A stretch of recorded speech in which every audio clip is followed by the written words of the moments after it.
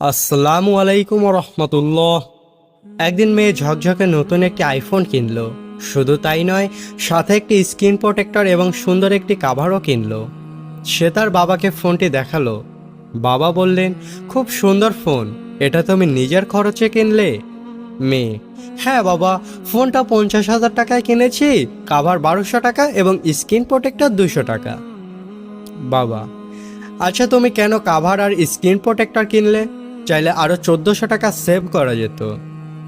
মেয়ে: বাবা, আমি 50,000 টাকা দিয়ে ফোন কিনেছি, আর এই 1400 টাকা খরচ করলে ফোনটিকে আরও সুন্দরভাবে সুরক্ষিত করতে পারবো। আর এটা তো কোনো বড় ব্যাপার নয়, আর কাভারের কারণে ফোনটি দেখতে আরও সুন্দর লাগছে। বাবা: এটা কি অ্যাপল কোম্পানির জন্য কোনো অপমান না? তারা কি যথেষ্ট সুরক্ষার ব্যবস্থা করে ফোন তৈরি করেননি? মেয়ে: না বাবা, তারা জানে ফোনকে দীর্ঘকাল ধরে সুরক্ষিত রাখতে স্ক্রিন প্রোটেক্টর এবং কাভার ব্যবহার করা ভালো। আমি চাই না ফোনটিতে কোনো ক্ষতি হোক। বাবা: তাহলে কি সৌন্দর্য কমে যাচ্ছে না? মেয়ে: না বাবা, সৌন্দর্য আরও বাড়ছে। বাবা মেয়ের দিকে তাকালেন, ভালোবাসার হাসি দিয়ে বললেন, আমার মেয়ে, তুমি তো জানো আমি তোমাকে অনেক ভালোবাসি।